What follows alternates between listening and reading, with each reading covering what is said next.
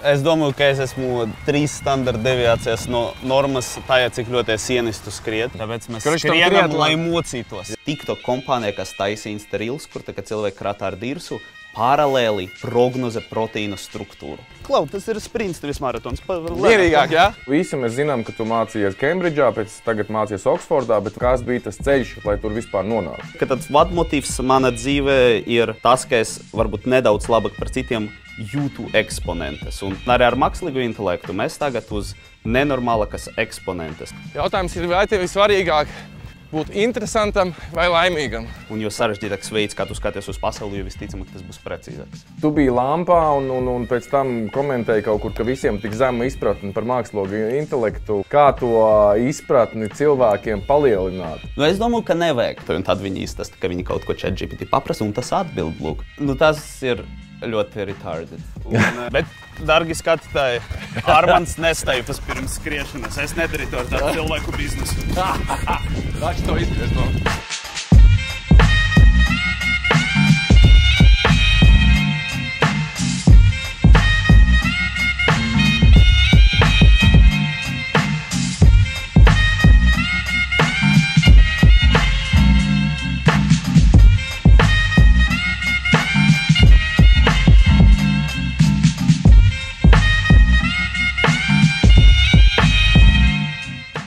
Tad varbūt sākam ar to, ka pastāsti par Covid laiku, jo tas ir laiks, kad tu parādījies kaut kādas publiskās skatuves, kāda tev bija pieredze strādājot Latvijā, Latvijas politiķiem un mēdījiem.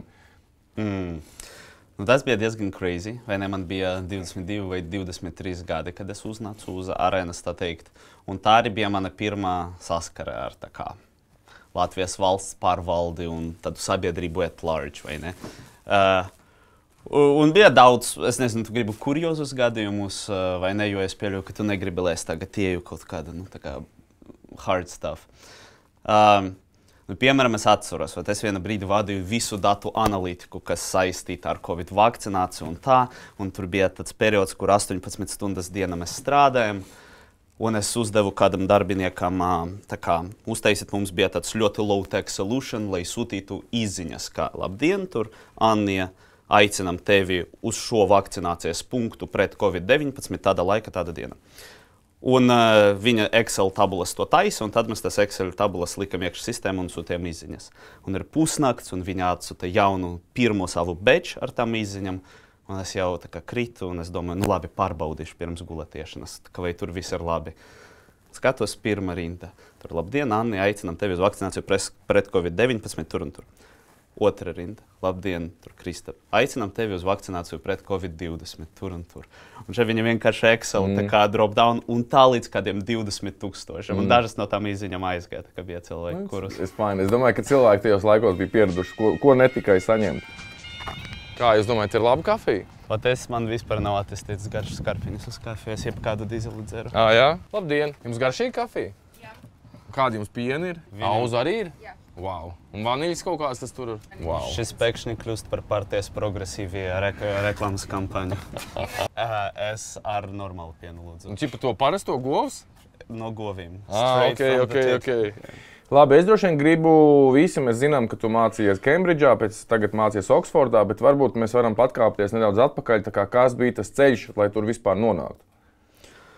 Jā, nu, tas bija vēl pirms Brexita, tā kā šis vispār bija reāli, jo tagad to ir daudz grūtāk izdarīt, jo cenas par studijām pieauga līdz 30,000 gada, un vairs Lielbritānijā nedod kredītu. Es tagad esmu dziļie kredīti uz kādiem 40,000, tas nozīmē, es faktiski nemaksāju par studijām, un arī es tieši mēģināju tikt Kembridžā, jo tur ir laba stipendiju sistēma, kas ļauj bērniem no nabadzīgākām valstīm nekā Lielbritānijā, tad principā apmaksāt tev ēdināšanu, dzīvošanu un tā, bet principā viņi Latvijas diplomus atestātus neatzina, tāpēc bija nepieciešams pierādīt sevi kaut kas starptautiski jau līdz 18 gadiem un paveicas, ka Latvija piedalās starptautiskajās ķīmijas, bioloģijas olimpiādes, arī citas, un tur es gāju un dabūju sudraba un bronzas medaļas, abas divas.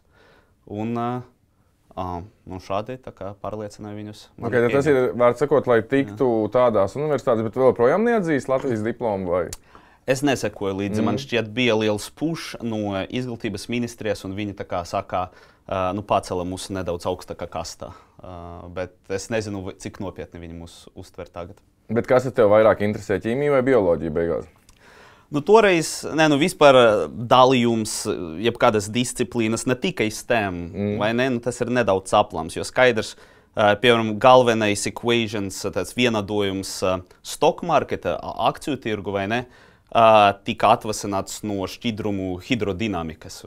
Kā, ja tu iemācies aprakstīt realitāti, vai tā būtu vēsture, fizika vai ķīmija, kaut kāda formalizējama valoda, piemēram, matemātika vai caur teorijām, tad tu varēsi to transferēt uz citam jomam. Bet toreiz man vairāk patika bioloģija, tāpēc es fokusējos uz epidemioloģiju, imunoloģiju, bioinformātiku, tādam lietām. Ok, bet jautājums attiecīgi, ja tu nebūtu tajā skolā, kur tu biji, un nebūtu tas pasniedzējs, kas tev bija, tu būtu tāpat sasniedzis to, ko tu sasniedz, vai tomēr bija nozīme tai skolai, kur tu biji, un arī tam pasniedzējiem, kur tu mācījies?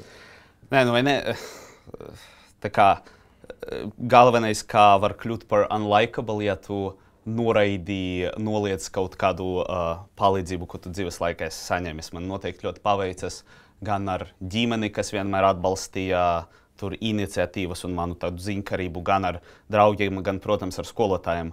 Tad es domāju, ka īstenībā tagad ar vecumu es saprotu, ka galvenais faktors bija tie draugi, kurus es satiku pirmajā ģimnāzijā, kad es tur aizgāju 10. klasē, jo principā mēs pušojam viens otrā, tas, ko es saucu complexity, jeb iekšēju sarežģītību.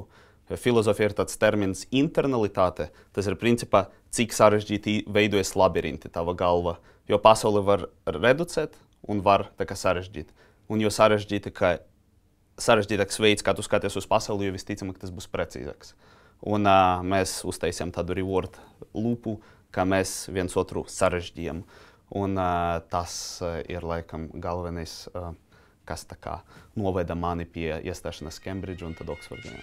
Es domāju, ka es esmu kādas 3 standarta deviācijas no normas tajā, cik ļoti es ienistu skriet. Un tāpēc es izlēmu pirms pusotra gada, ka es tagad sākšu daudz skriet, lai disciplinētu sevi, lai arī peldēt un braukt ar riteni. Tāpēc mēs skrienam, lai mocītos. Jā, triatlons.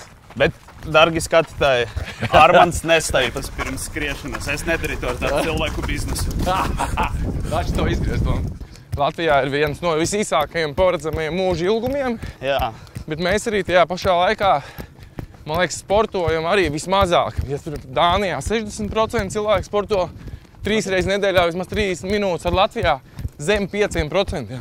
Varbūt Latvijā nesporto zem 5%. Zem 5%, 3 reizes nedēļā, vismaz 30 stundas. Nevis 3 stundas, 3 minūtes. Toties Armands sporto un ļoti daudz. To var redzēt. Viņš mani palūdza, lai es šo pasaku speciāli.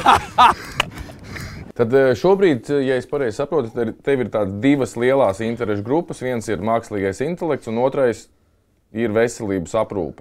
Yeah. Varbūt, tu vari pastāstīt, kā tu vispār līdz tam nonāci, kad jo tomēr tik daudz pasaulē, ko var darīt, kā sāksim ar veselību, kā tu nonāci šī vispār jomā?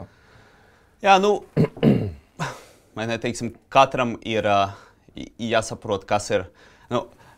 Man šķiet, visi viena brīdi saprot, ka viņi grib izglābt pasauli no kaut kā. Un ir svarīgi nodefinēt, kas ir tā pasaule un no kā tu to mēģini izglābt. Lielākā daļa cilvēku beigas saprot, ka viņu pasaule ir viņu ģimene, un tad grib izglābt no ārējiem kaut kādiem hostility ienaidniekiem. Man šķiet, ka tas, no kā es gribu izglābt pasauli, ir no ciešanām, kas ir saistīts ar slimībām.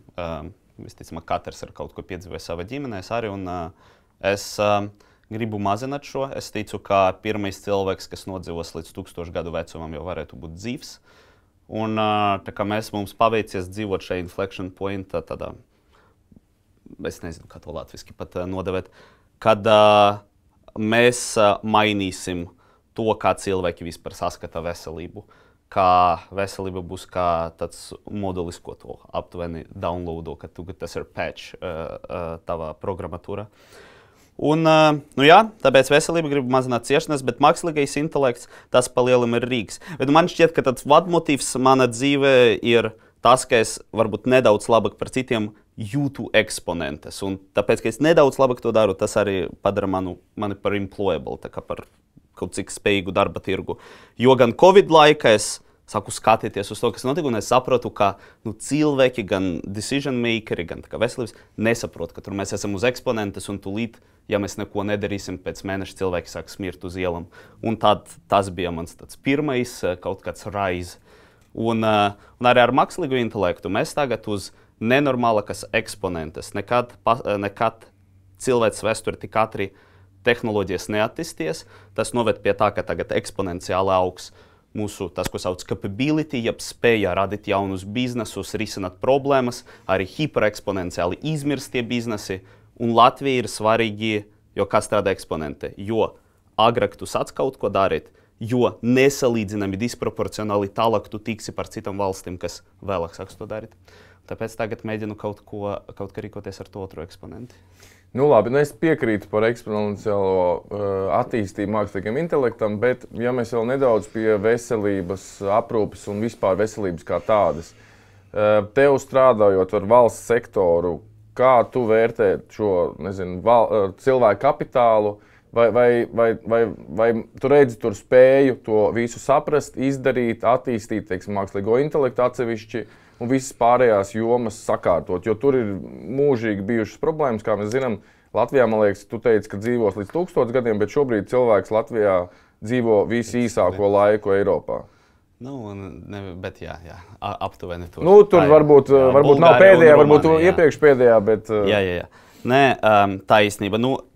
Redz, kā tev šķiet, jo man visu laiku ir tāds ideoloģiskais strīds ar kolēģiem, jo es nepārāk ticu lielos skaitļos, kad iet runa par cilvēku kapitālu. Es domāju, lai uztaisītu, lai padarītu Latviju par vismazāko mākslīga intelekta supervaru, mums nevajag strādāt uz to, ka mēs paceļam to pamat digitālu prasmi sabiedrība. Jo ir daudz grūtāk padarīt tur 1,5 miljonu cilvēku spējīgus izmantot kaut kādus basic rīkus datoros, nekā izveidot priekšnosacījumus, lai mums parādās 2-3 unikorni. Jo 2-3 unikorniem vajadzēs 300 cilvēkus, 400 cilvēkus, vai ne? Un jāstrādā uz tiem, un pēc tam viņi vilks pārējo, tā kā vilks to pamatu augšup. Līdzīgi tas bija Igaunijā ar Skype, vai nebija Skype, un nav tā, ka viņam bija milzīga vēsture ar telekomunikāciju tehnoloģijām. Vienkārši bija cilvēks ar ideju, un valsts nelika, kā to sauc, sprunguļus riteni. Jā. Un tāds 7 no tā mid to top managementa Skype pēc tam aizgāja un nodibināja savus uzņēmumus, kas arī kļuva par unikorniem. Tas spillover efekts ir milzīgs. Un skaidrs, ka bērni līdz ar to gāja mācīties IKT, ka palielinās tas prestižs, valsts iemācījās taisīt tos public-private partnershipus. Es piekrītu, man liekas, ka svarīgā lieta ir ne tikai, lai ir tas unikorns, kur mums jau daži ir, bet lai viņiem arī ir exits. Jo tad, kad ir exits, un ja visiem ir stock option, tad arī ir daudz cilvēki gudri ar naudu, kas var realizēt nākamās idejas. Man liekas, tā ir arī tāda būtiska sastāvdaļa. Bet, Klau, es dzirdēju, ka tu esi ticies ar Anglijas premjerministra mākslīgā intelekta konsultantu un konsultējies, kas tad ir jādara Latvijai ar mākslīgā intelekta stratēģiju. Jā. Vai tu vari pastāstīt, ko viņš ieteica? Jā.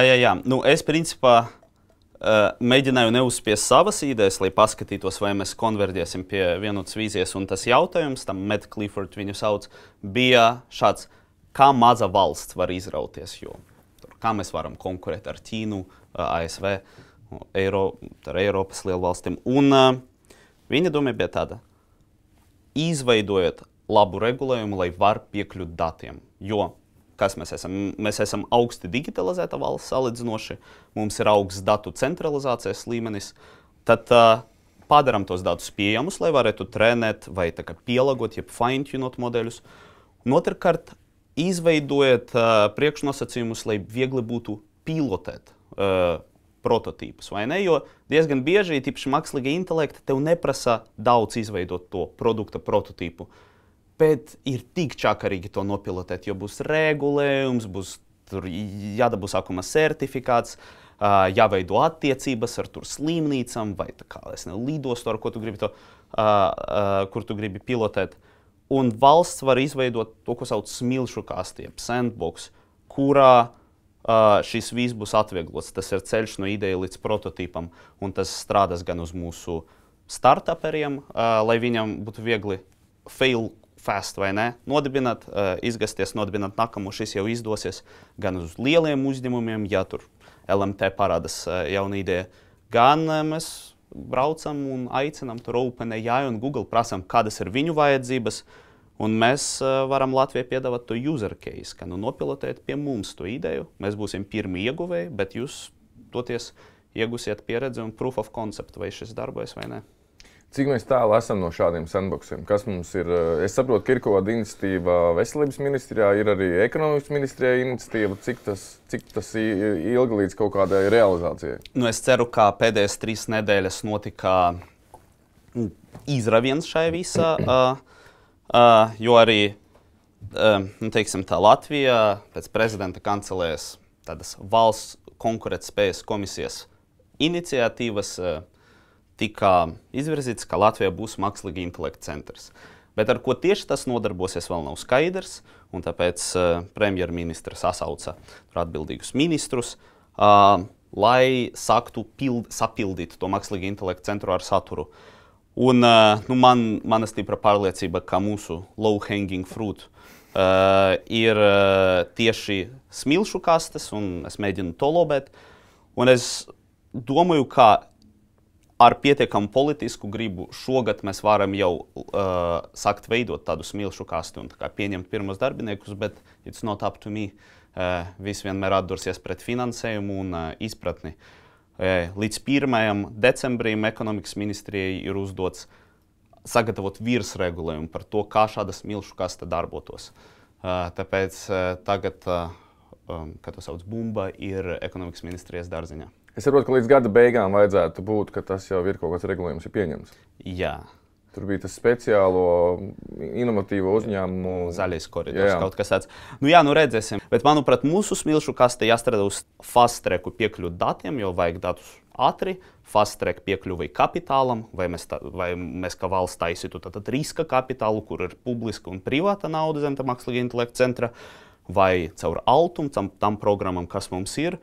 Fast track certifikācija potenciāli, ja tavs produkts sevi pierada, ka tas Lielbritānijā strādā, ja tev ir kaut kāds online bankings, tu ej uz smilšu kasti, viņi tev to certificē pāris nedēļu laika. Un arī relationship brokerage, jeb attiecību veidošana. Piemēram, tev ir 22 gadi, tu esi students, tu vēl nevienu nepazīsti. Viņi paņem tevi aiz rociņas, ja smilšu kasta tic tava projekta, un atrod tev, kur pilotēt to produktu, parunā ar valsts pārvaldes iestādēm, lai viņi tā kā pakonsultē, kas ne līdz galam strādā.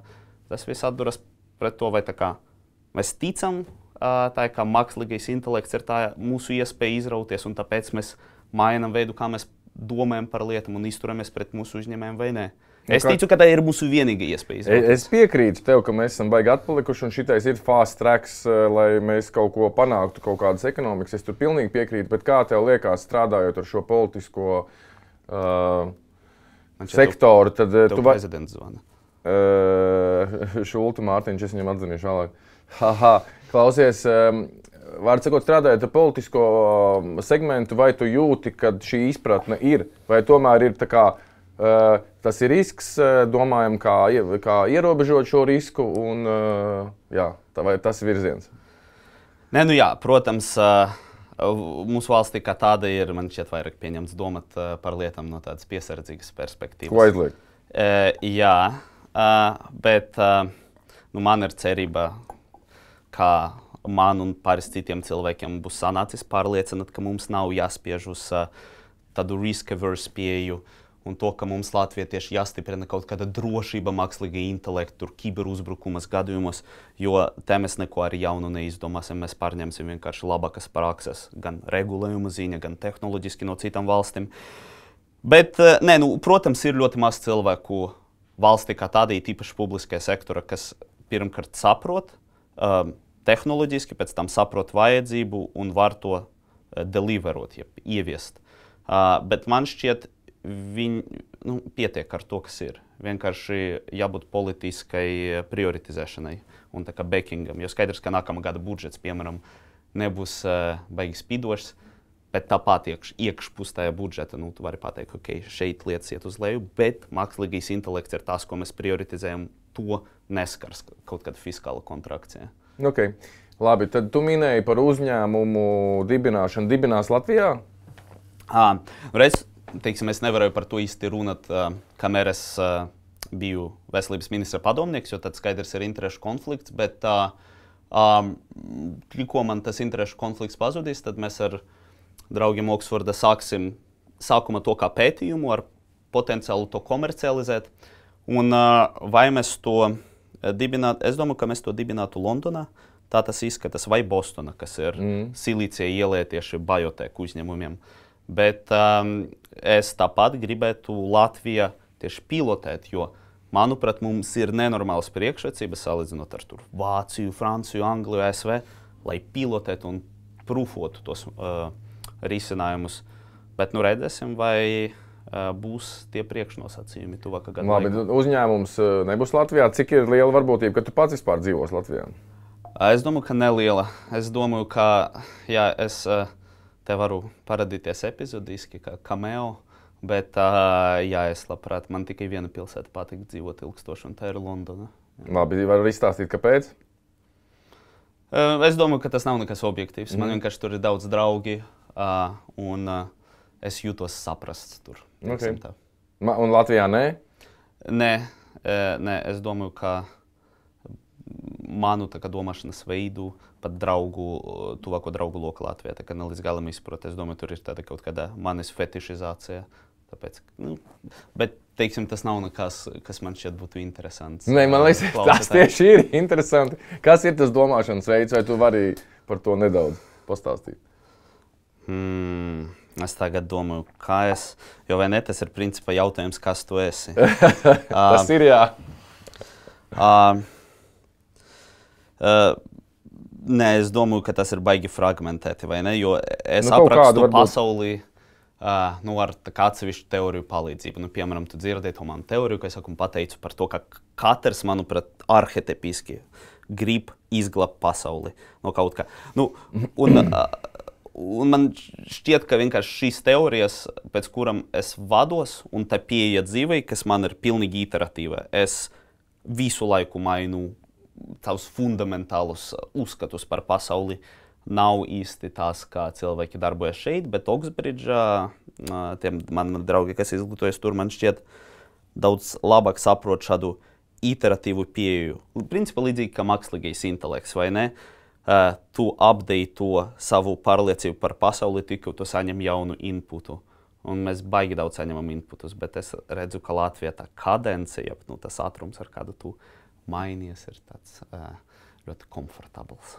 Lēnāks droši vien, jā. Tas arī atspoguļo droši vien, kur mēs esam, bet tas jau mums netraucē mēģināt to, kā teikt, arī to izglābt. Bet, starp citu, man liekas, tas, ko tu saki, ka visi mēģina atrast veidu, kā izglābt pasauli, es domāju, ka 1% mēģina atrast veidu, kā izglābt pasauli, un pārējie dzīvo vēl sākumā parūpēties par sevīm, tad tur būtu, nezinu, tad kaut kāds 3., 4. attīstības stadija ir būt efektīvākam, būt labākam nekā citiem, un tad tikai beigās tu sāc rūpēties par kaut kādu sākumā mazu grupu, un tad lielāku, var sakot, man liekas, ir kaut kāds 1% tikai, kas grib izglābt pasauli. Tā kā tur tu bišķi kļūdies, ka visi grib izglābt pasauli. Es par to nedaudz tā metafiziski runāju, vai ne? Viena no pirmajām lietām, viena no svarīgākajām lietām, ko mēs izdarām mūsu psihes veidošana, ir mēs nodefinējam, kas ir es, jeb patība. Filozofija to sauc.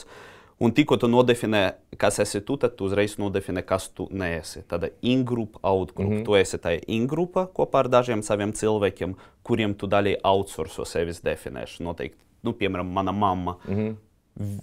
Tā kā bez viņas es neesmu tas, kas es esmu, jo viņa ir daļa no manis. Vai ne?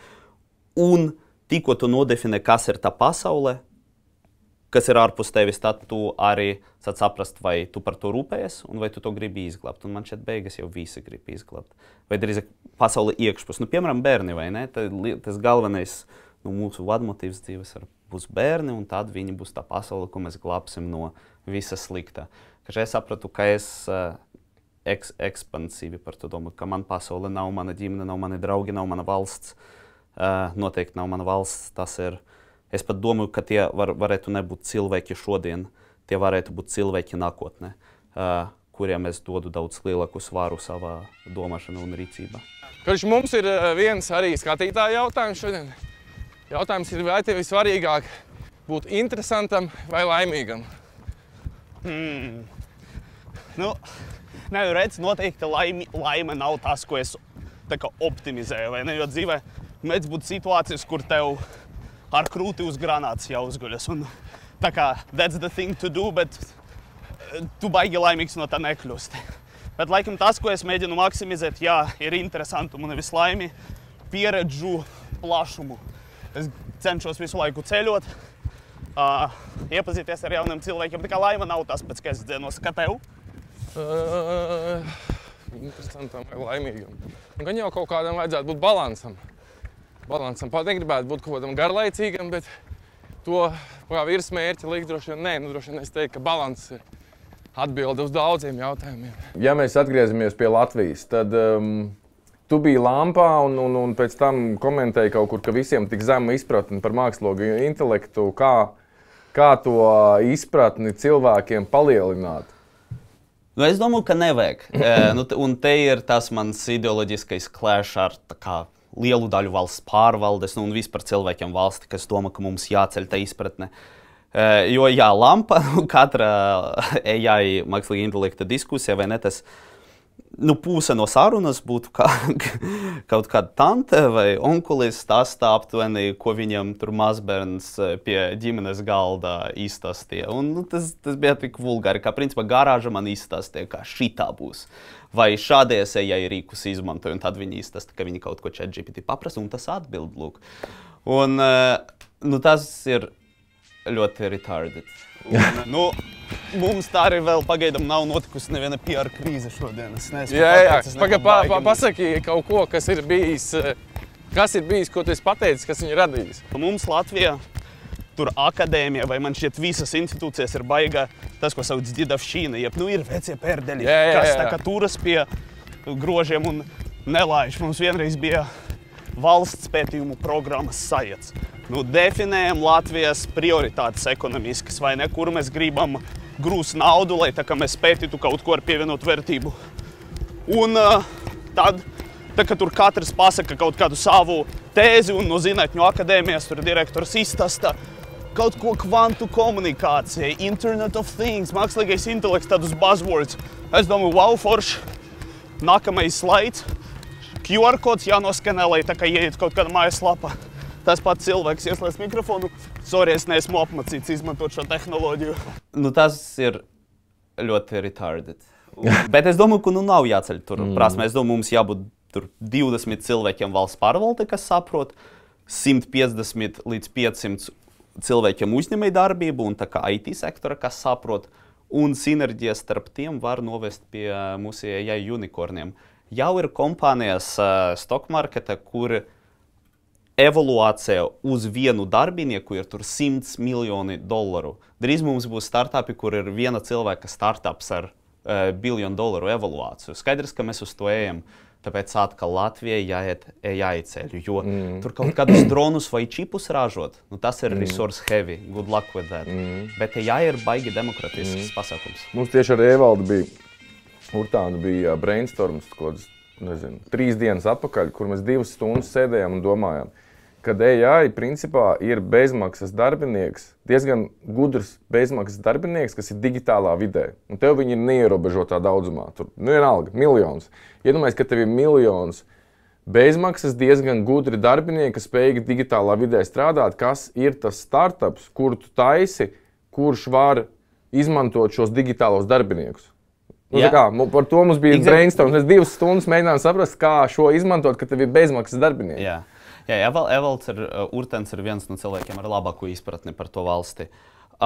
Jo redzi tas, ko daudzi nesaprot, un īpaši Lampā, ar ko mākslīgais intelekts atšķirsies no iepriekšējām tehnoloģiskajām revolūcijām. Jo daudzi laikam domā, mums bija internets, pirms tam mums bija kaut dzelzceļš paradies, tur tvaiku dzinējs tā. Nē. Cilvēks vēsturē ir bijis tikai kādas 5-6 tech revolūcijas. Pat pirmā bija lauksaimniecības revolūcija un tāda zīnējs un tā tālāk. Un katru reizi, ar ko atšķiras revolūcija no vienkārši jaunas tehnoloģijas, ir, ka tā maina sabiedrības uzbuvi, ekonomisku uzbuvi, politisku uzbuvi. Jo nosacīt, tur acu lazeru korekcija, lai arī laba tehnoloģija, tā kā nav izmainījusi uzbuvi. Ne? Un AI ir pirmā tehnoloģija, kas nav vienkārši rīks, jo tas arī ir aģents. Pirmo reizi cilvēcei ir kaut kas ir cilvēku līmenī intelektuāli, bet arī ar aģentiskuma pazīmēm. Tas nozīmē, tas var rīkoties. Pagaidām mēs vēl neesam tur, vismaz plaši pieejamajos resursos. Jo ChatGPT tomēr tu tāpat viņam prasi, viņš tev atbild. Tur vēl nav. Bet drīzumā un tas, uz ko iet visa pasaules uzņēmēja darbība jomā, ka būs aģenti, kas paši pieņem lēmumus, kas ir interesanti un svarīgi, balstoties uz tiem lēmumiem, izdara rīcības, skatās uz profitu vai ko citu, ko viņi optimizē, un tad uzlabo savas rīcības. Un tas ir crazy.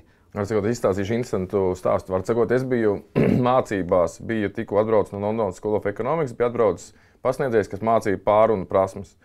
Var sakot, es tur mācos tās dienas, un es saprotu, ka Džeks ir nenormāli gudrs, nenormāli spējīgs. Es domāju, tu varētu pirkt, pārdot uzņēmumu savām prasmēm, pelnīt, tu gribi naudu, kāpēc tu nodarbojies ar pasniegšanu? Tad viņš saka, ka īstenībā viņš konsultē ārpus studiju laika, un ka viņš kā normāli nopelna. Es viņam prasīju, ko tu tagad konsultē? Viņš teica, tagad man ir klients Walmart, kur mēs taisam tieši šos aģentus. Un viņš visu, ko viņš ir iemācījies savā pārunu prasmē, ka viņš apmāca priekš Walmart tieši AI aģentus, kas Walmart vārdā pārstāvēs Walmart un iepirks preces turpmāk no ražotājiem. Tā kā tas ir, man liekas, ka var sakot, jau tūlītās mēs, man liekas, tam pārdevējiem nav nekāda cerība, jo viņi ir apmācījis labākais, un viņš bez nekādām emocijām vienkārši iet un izpilda tās funkcijas. Jā, tas ir crazy, un es domāju, ka cilvēki tiešām izmanto tur ChatGPT kā atskaites punktu un domā, ka mēs esam tur, bet ir nenormāli daudz paralēli procesi.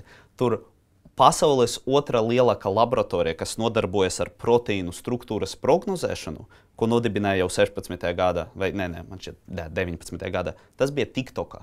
TikTok kompānija, kas taisa Insta-reels, kur cilvēki krātā ar dirsu, paralēli prognoze proteīna struktūru. Vai ne?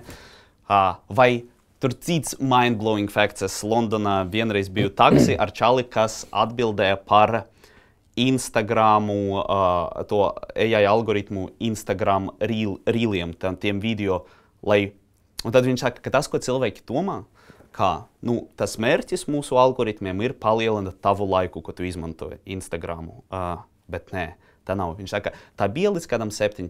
gadam. Jau kopš 18. gada tas ir daudz gudrāk.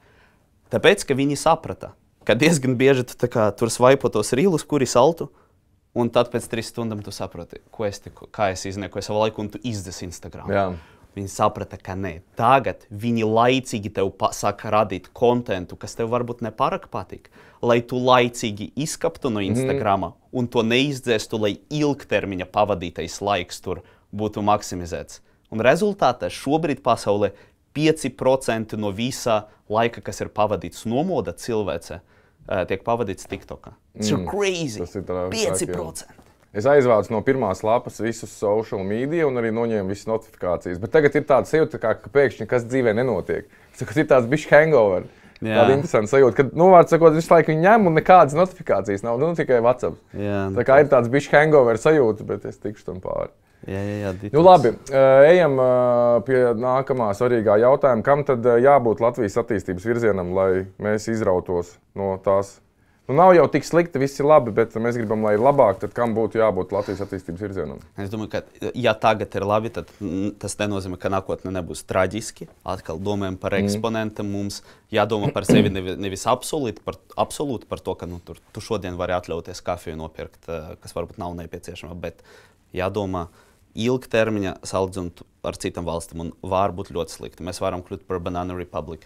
Ja tu paskaties uz demogrāfiju, uz izglītības līmeni, uz to, ka mēs tā joprojām nevaram tikt aiz top 500 kaut kāda augstskolu reitinga. Kam jānotiek? Es domāju, ka, es jau minēju, pirmkārt jābūt skaidram visiem, ka mēs prioritizējam mākslīgo intelektu un mākslīga intelekta vīzijas pamata vajadzētu būt piekļuve datiem, piemēram, mēs veselības ministrijā pēdējo pusgadu veltījām ar veselības ministra palīdzību. Ļoti paveicies, kā mūsu ministrs saprot, kas ir svarīgi un doma ilgtermiņa, pie tāda datu otrreizējas izmantošanas likuma. Lai jebkurš uzņēmējs vai pētnieks, kad grib piekļūt veselības datiem, ir skaidrs process, kā tiem datiem piekļūt, bet droša veidā, pacienta dati pseidonimizēti, viss notiek droši apstrādes vidē, un tā kā viss šis, kas jāsaka, lai nedomātu, ka mēs pārdodam cilvēku datus, tā galīgi nav. Un līdzīgi šādam regulējumam jābūt visos resursos, izglītība, ekonomika, finanses, lai visi varētu piekļūt tiem datiem un taisītu rīkus, kas pēc tam atgriež labumu sabiedrībai.